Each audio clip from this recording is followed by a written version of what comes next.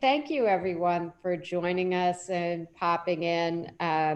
Before we get started with Ginny, and I'm so excited to have her here today because I got a preview of the conversation yesterday and I had a stack of questions for her. So I saved some for today. Thank you. But what I would love everyone to do is if you have a question for Ginny, you can put it into the comments, you can put it into the chat. If you want to message me privately, if you don't want to ask it or, have it out there. What we'll do is we'll aim to answer all of your questions as we go. So don't be shy. We have a real expert here with a wealth of information. So let's tap into Ginny's great knowledge depth for the day. For any of you who have not yet, I'm gonna do a little council catch up. We have some really cool things coming up. If you're not reading our newsletter, which comes out once a week, read it because we have a ton of editorial requests coming up.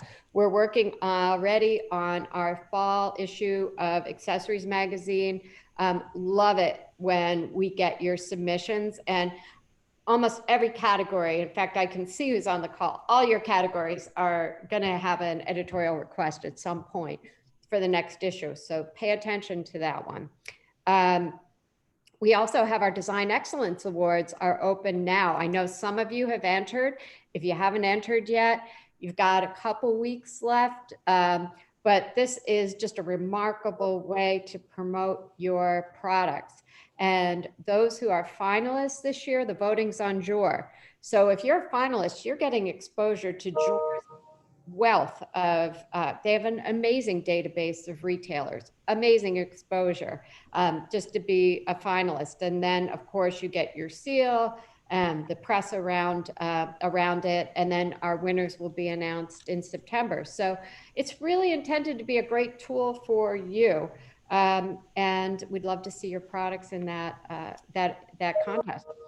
The other thing that we're going to announce shortly for all of our members is our business workshop. So save the date, the first 3 Mondays of August between 12 and 3 o'clock.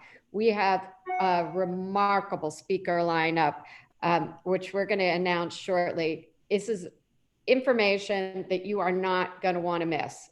There are speakers that are going to talk about the state of the industry, NFTs. We have a few high-profile surprise speakers, and it's just a really valuable day. And it's free for members, so we hope to see you there. But today we have Ginny with us. So Ginny Pittarelli, I look at all the years of experience that we have with our participants today. And, we're experts in the fashion accessory world. That is Ginny to the world of real estate. And the world that she's grown up in, 25 plus years of experience, and now the principal at the Crown Retail Group. She's on the ground. She knows what's happening with retail and rent and stores, and, why sometimes we can't get concessions on the rent. That was a really good part of the conversation we had yesterday that was very insightful. So Ginny, welcome, and thank you for spending time with us this morning. Well, thank you, Karen, first of all, so much. And I really appreciate being here. I'm looking forward to meeting everyone in person someday. We'll have to plan a cocktail party. So let me just spend a few minutes on what myself and my team do at Crown Retail Services. We specialize in retail. We put together strategic plans for their store growth, whether it's a first-time operator looking for that very first store in an urban setting or a shopping center, to well-established brands. I truly love what we do with a passion. And because, to your point, we work with retailers, very small retailers that are in the health and wellness category, to accessories, to high-end luxury retailers, big box users. It gives us a very broad spectrum in view of the retail world, which is really what we focus on.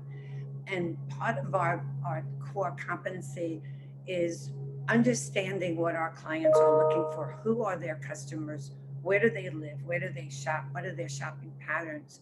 And then based upon the product, the price point, and what the client is trying to achieve, whether it's going to be multiple stores in a small local area or internationally, we can then set forth and use that as a foundation from which we can then develop a plan for them.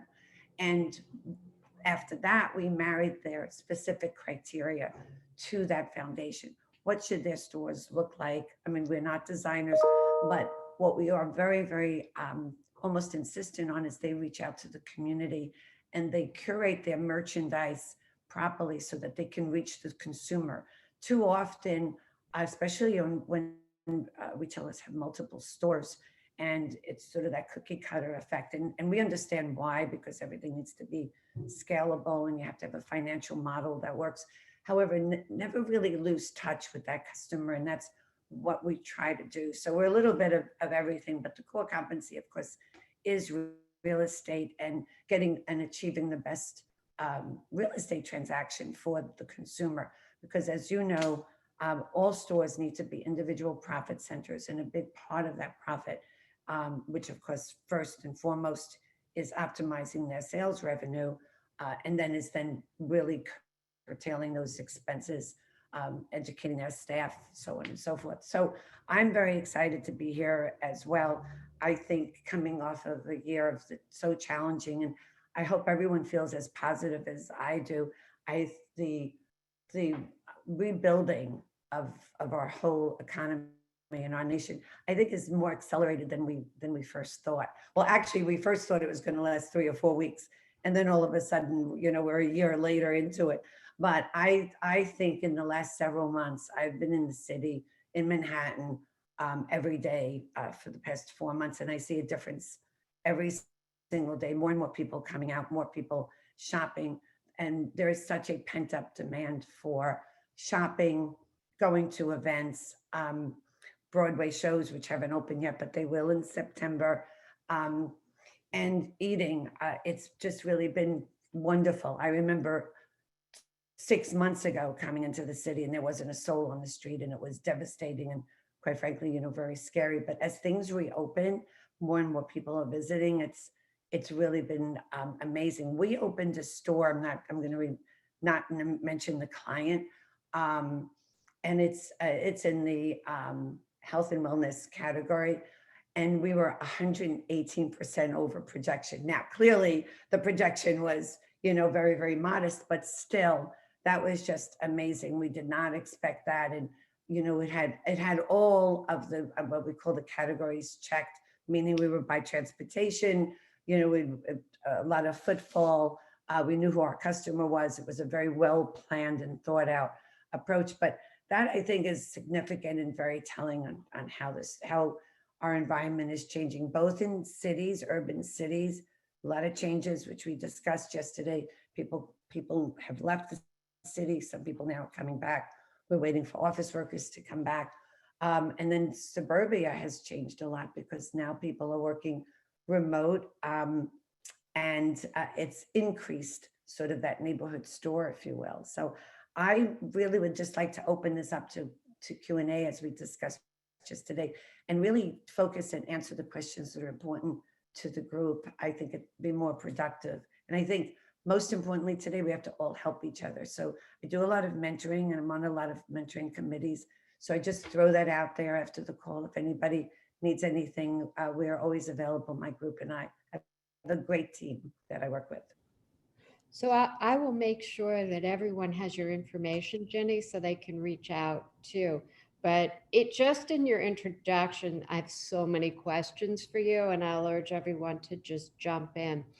So from your clients, what are they asking for? Do they want to be in the burbs? Do they want to be in the city?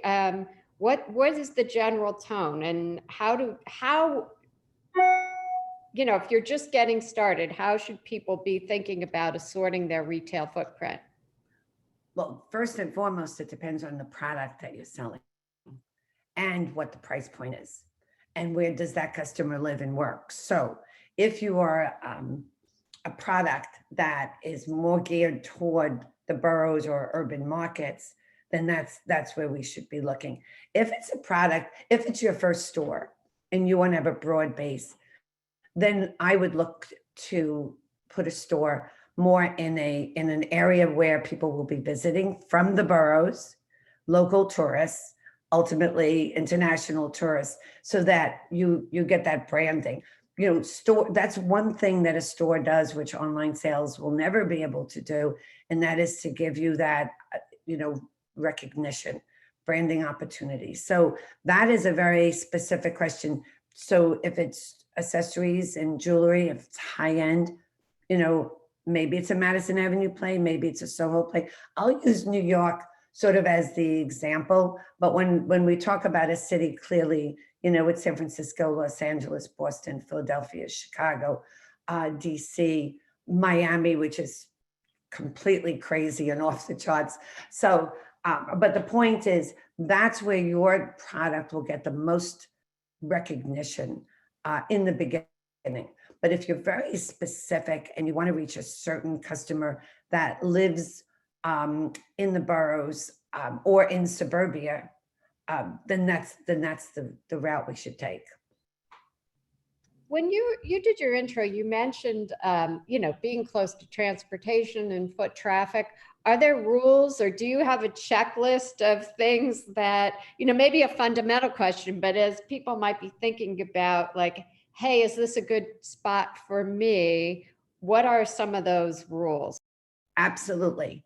Absolutely. So if you're in the city and it's a public transportation, right? You want to be by the subways, you want to be by the buses, because that's how people travel. And that's very, very important. If you're in suburbia, you want to be on the corner where there is a traffic light and a high road where you get visibility to the vehicular traffic so that they can see you. And then being at that crossroads at that corner works, extremely well. You want presence. You want to be able to, whether it's a small store or a big store, you want a presence on the street or in the center, just off the road, wherever you are, so that you're seen and you can and have your own logo, your own identification. Signage is very, very important. If you streetscape, you can be mid-block. You don't necessarily need to be on the corner. Of course, corners always will give you higher and more visibility, but they do command a premium. So you're not going to have, if you have a 10-foot storefront versus a 20-foot storefront for a small store, clearly, there's presence on the street. You don't want somebody to walk by and not see you. If you're in suburbia and you're in a strip center, you don't want to be so set back that you're not noticeable to the front, especially. So yes, geographically, it's very important. There are fundamentals for traffic, footfall, exposure, presence on the street. And that's why looking at a store, no matter what the size is, it's very, very important that that store is configured where it gives your customer a wonderful experience. This country is great because we have a lot of options and a lot of alternatives, but it also means you have a lot of competition. So sometimes you only get one shot for that customer to walk into the store. So you want to be able to really present your best foot forward. Great tips. When you mentioned yesterday, I'm going to go back because I thought this was really an interesting point that, the rents aren't such a bargain anymore. And we talked a little bit about, I'd love to share that conversation with the team. What's happening with rents right now, and maybe why is it that it's not as inexpensive as we think it should be? Well, a year ago, a little more than a year ago, when everything first happened, everyone was in a state of panic.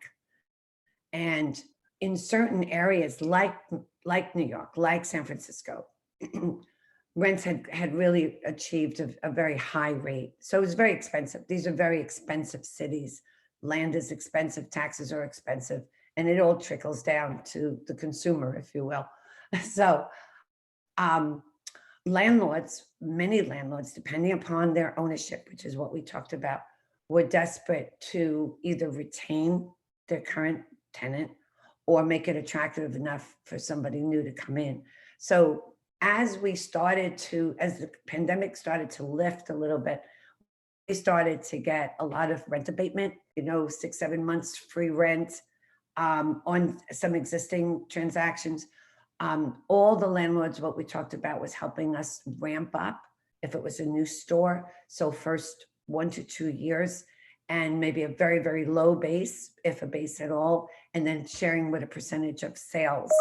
And we were able to do that for our clients, which really helped them to get into markets that they would not normally be able to afford, and also give them the opportunity that if they do well, they could stay, because we had the option to remain, and then give the landlord the upside that as our sales increased, we would be able to pay more of a market rent. So market rents, you should know, still are lower than they were pre-COVID, but they're not quite as low as they were during the beginning of COVID.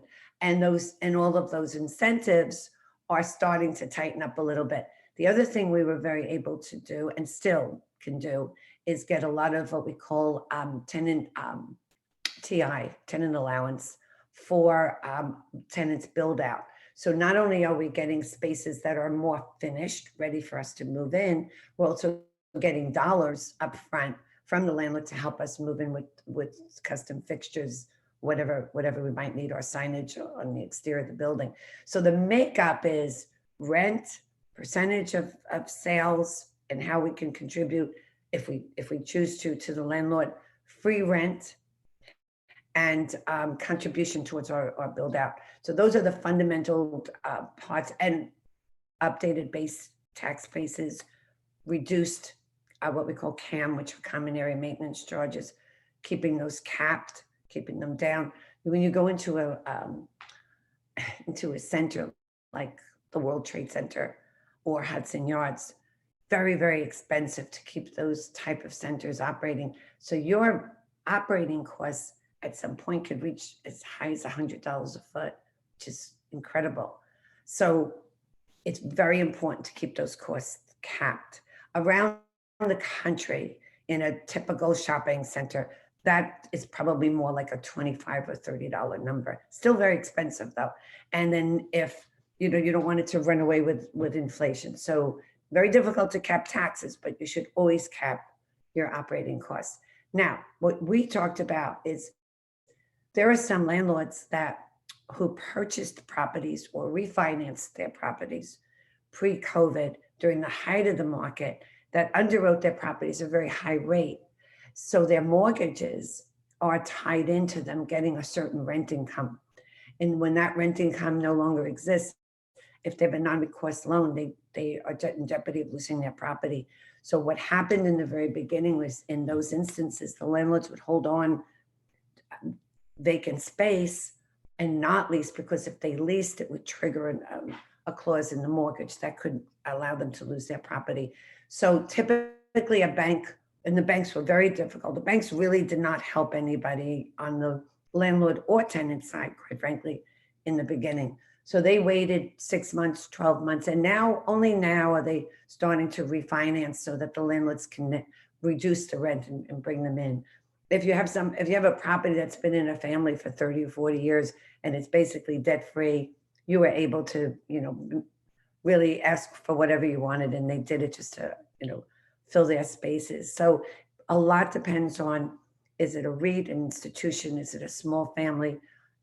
Is the property financed or debt free, or are they in, over market? So you've all read the stories, I'm sure, about American Dream, which is really had its hiccups over the years, but they defaulted on a $1.2 billion debt.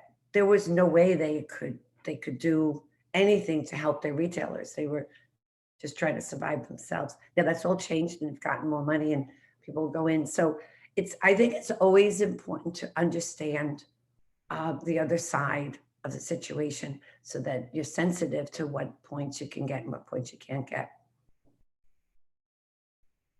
Going back to the leases now, what kind of terms are landlords, like how many years are they offering or expecting? Well, landlords traditionally we're a 10-year market. That was sort of the decade we were in. There was a time when there were 20-year leases, so we don't do that anymore. But 10 years with maybe 2 5-year options. What happens on both sides right now is the uncertainty of the future. So there has been a rent adjustment downward. So the landlords are like, well, you know what? Maybe in 2 or 3 years, I'm going to be able to get more rent. For the retailers that are first testing waters in certain areas, they don't want a long lease. So what we're doing is we're doing 10-year leases with cancellation rights after 2 years, after 5 years, depending upon if it's an established retailer or a new retailer. We're working right now with just a wonderful client, first time out there, and she wants to test certain markets. So in this case, she'd like to do a 2-year lease with the right then to extend. And in those 2 years, what we're trying to do is partnership with the landlord. That's always the best deal, right? Because then everyone has a little skin in the game. That if we do well, they'll do well. And then we reset the base in year 3. So there's a lot of creative formulas that are happening, but the view is for 10 years with very, variables to it. Great. We have a question. I'm going to read it because it's a long one. Oh, It says, with working in retail and real estate, you have an interesting position. We've heard the argument about brick and mortar versus e-commerce and how companies should find a balance and not forget about their online platforms. What is your opinion on the movement away from general brick and mortar, and do you play a role in the e-commerce conversation with your clients? Additionally, how do you recommend clients set up a store, choose the space depending on the target customer's age group or generation?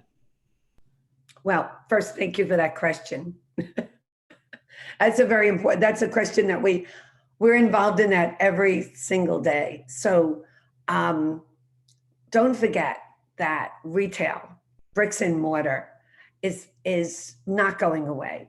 Most of America, middle America, in fact, okay, they would go to the malls. It was a pastime. It's a social activity.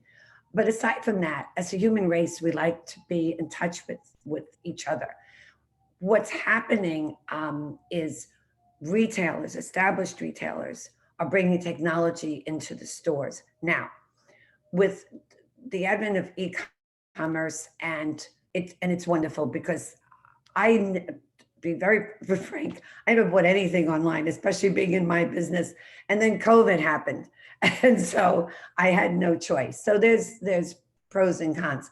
I think certain categories, a lot of categories were winners during COVID. Certainly the Amazon, which is, I'm not sure where our antitrust laws are, but that's a different conversation. In any event, but staple items, I mean, I think that's here to stay with respect to ordering online. It's just so convenient. But in terms of accessories, clothing, cosmetics, you want to feel and touch the merchandise if you're a true shopper. And interestingly enough, I know I heard the generation conversation. People still like to, when they buy luxury, first of all, that's a very special experience. You don't get that special experience online. So luxury still needs their stores. Cosmetics, health and wellness. If you bring technology into the stores, and I know a lot of what my clients are doing is as you enter the store, they have mobile apps where they can just put apps on your phone and you can sort of scan exactly what you're looking for. And, and it sort of walks you through. So it's fun. It's, it's an experience. Again, a lot depends on your product, but we are very positive and feel very good about the future that bricks and mortar is here to stay. Maybe the store sizes have changed. Maybe the number of stores that each retailer has changed. One thing that we've noticed a shift in customer shopping is during COVID, many people didn't have a suburban or a country home to go to, and they lived in the city. What happened was our neighborhood stores really started to do very well, much stronger than, let's say, some of the flagships that catered to more of the office or commercial worker. So we've devoted, in many instances now, a strategy to reaching the neighborhoods and reaching the residents in those neighborhoods. So what's important is always to evolve and to be 2 or 3 steps ahead as different things grow and change. And the millennials, which are spend much more money on experiences and travel, which is wonderful. Generation X are like the baby boomers. So I am telling you, open stores. So, we certainly saw during COVID a lot of high profile stores go out of business. And you just mentioned that they've reduced the number of stores. How are you seeing the balance? And as I understood too, going in pre-COVID, there was too much retail square footage per person, like more in the United States than there was anywhere else in the world. So perhaps it needed an adjustment. But how do you see the complexion of like a mall or a strip center? What kind of stores do you think will be in that future mix? And it might just be interesting as we think about like who could be the adjacency to a jewelry store. Sure. So, the last time we had a downturn in the market, it was similar in that all of a sudden there was a glut of space, retail space available around the country because the developers, they just overbuilt in so many areas. Department stores were closing and no one knew what was going to replace it.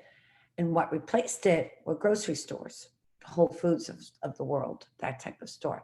And big boxes became much more apparent, like H&M and Zara.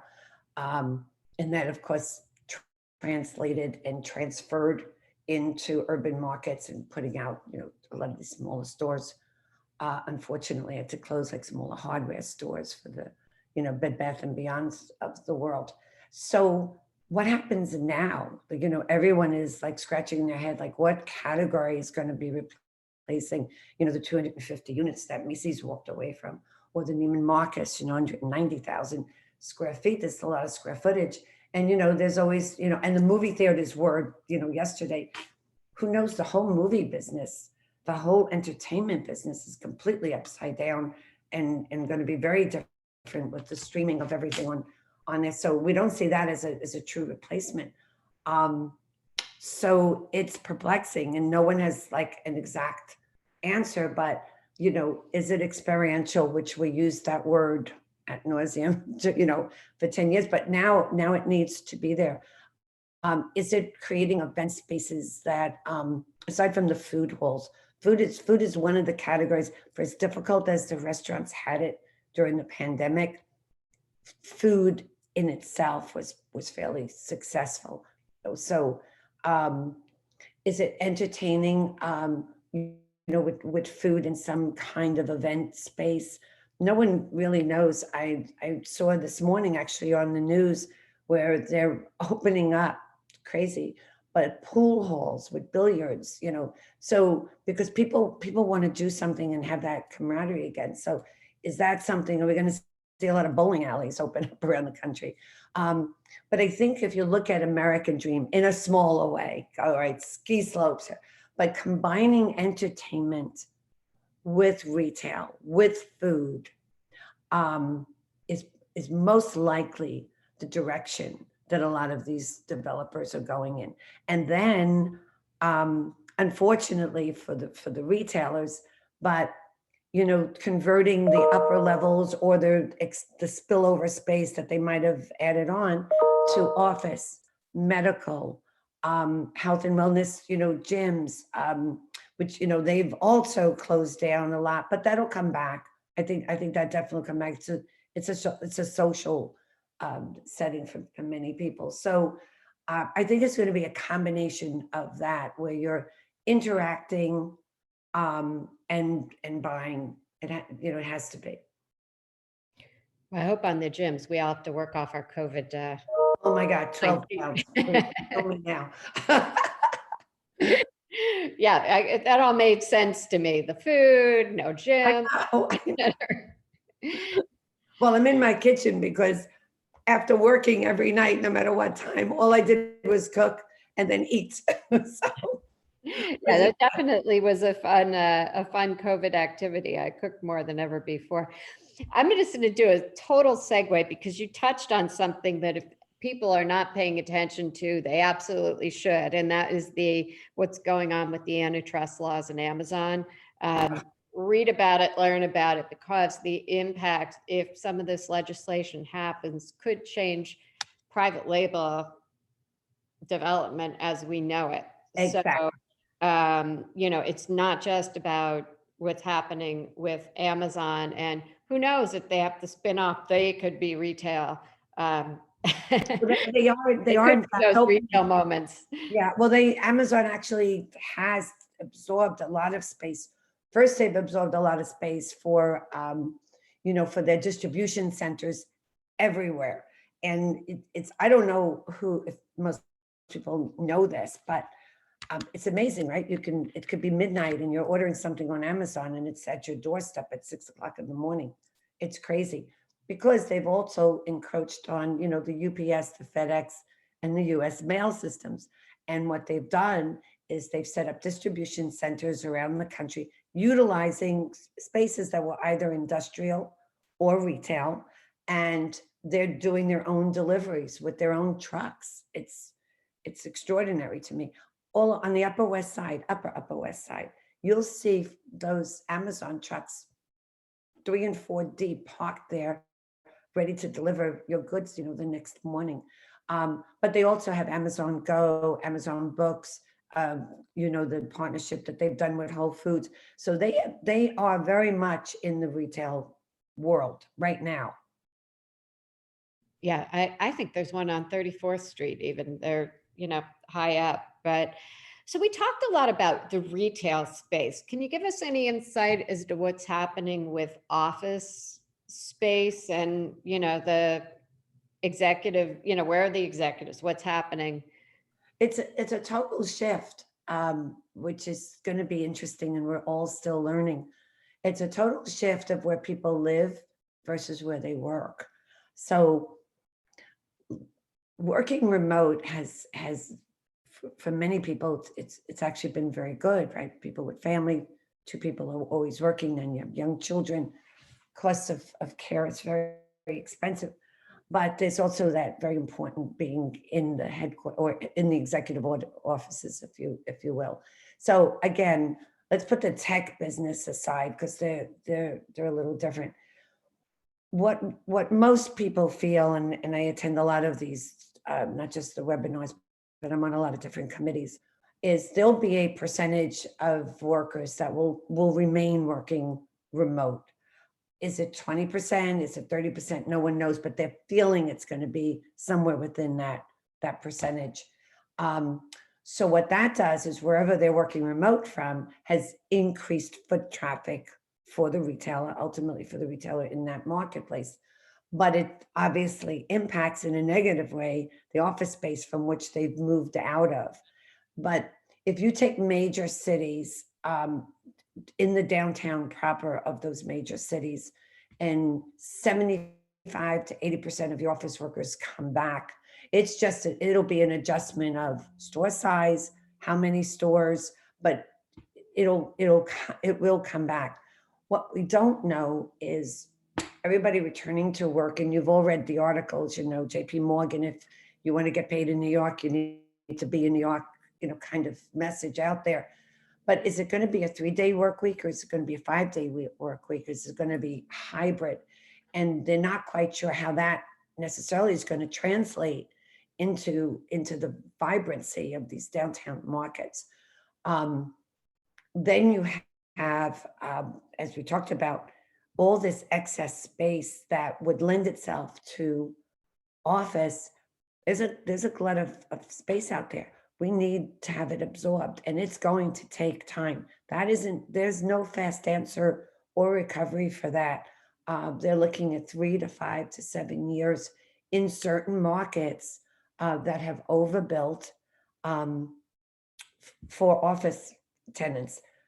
What we are seeing on the residential front, which everyone was very concerned about, is that mass exodus out of cities. Okay, a lot of people are returning, but even if the core uh, resident has changed, new residents are coming in. Like I'm in a Glenwood building in Manhattan. And for those of you that are living in Manhattan and rent, they're probably one of the premier, if not the premier rental management company in the city. They were telling me that for the first time in over a year, they're getting calls because it's for their children who are attending college or just graduating college.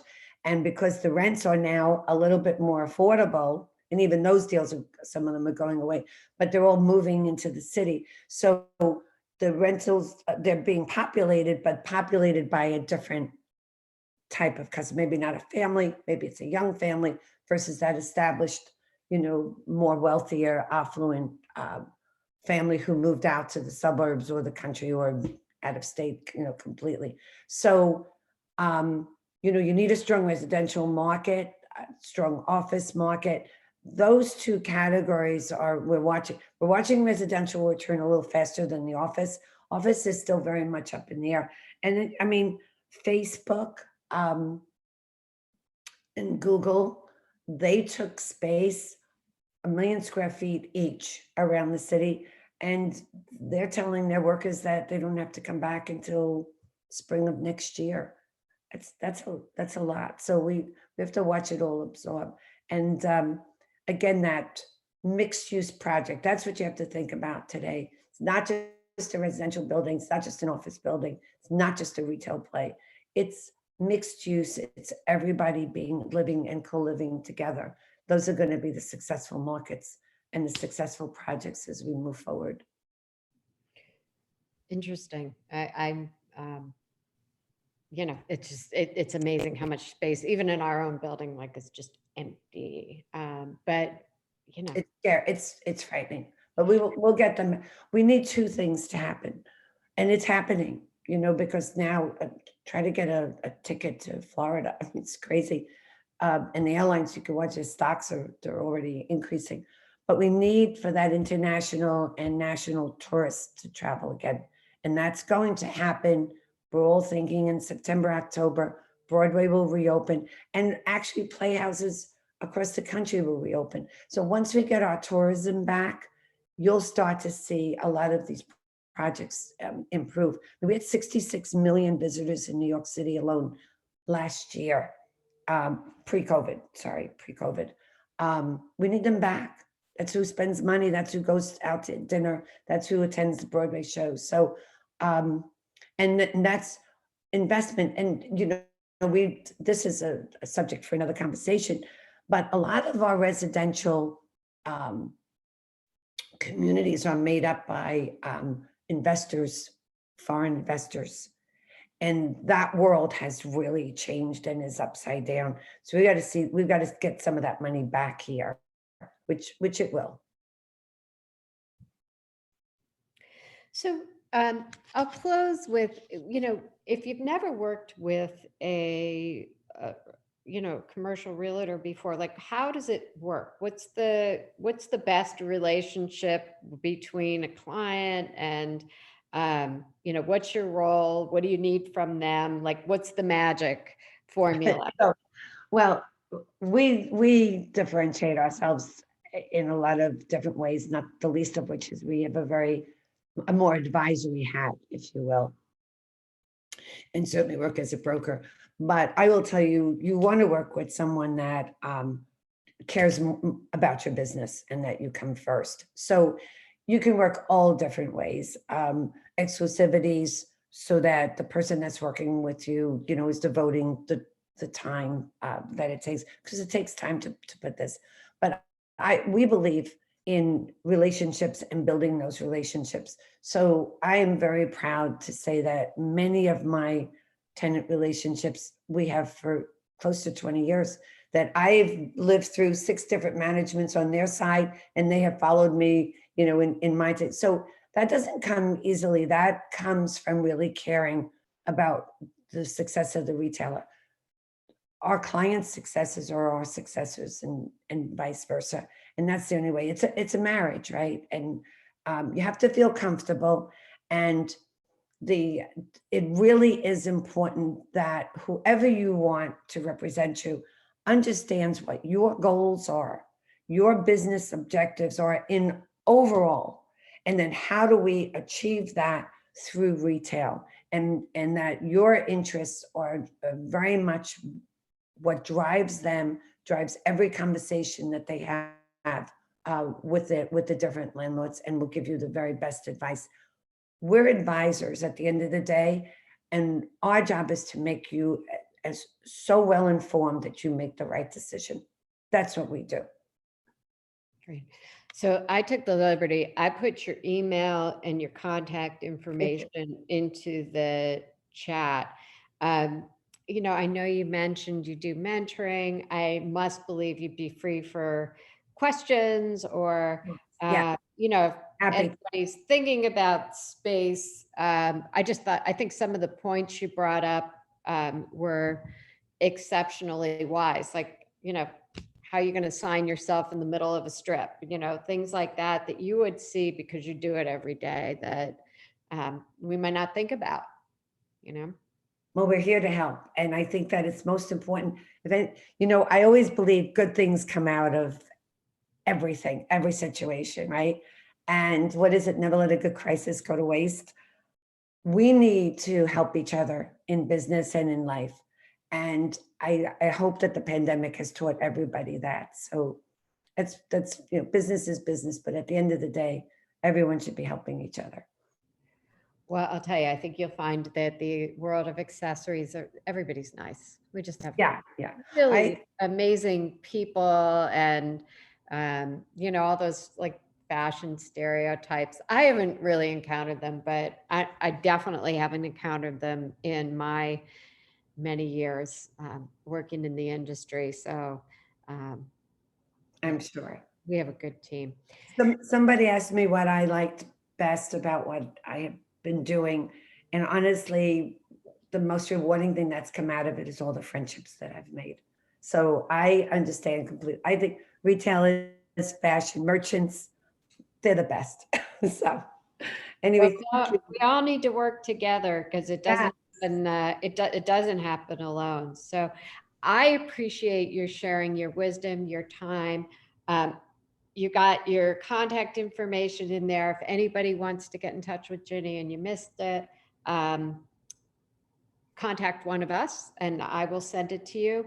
Also, we will send you a recording of the presentation. So if you want to share it with anyone on your team, you will have that to use too. So Ginny, thank you so much for joining us this morning, almost this afternoon. It's almost this afternoon. Thank you, Karen. Thank you so much. It's really been a pleasure. Thank you. Sure. Bye. Bye, everyone.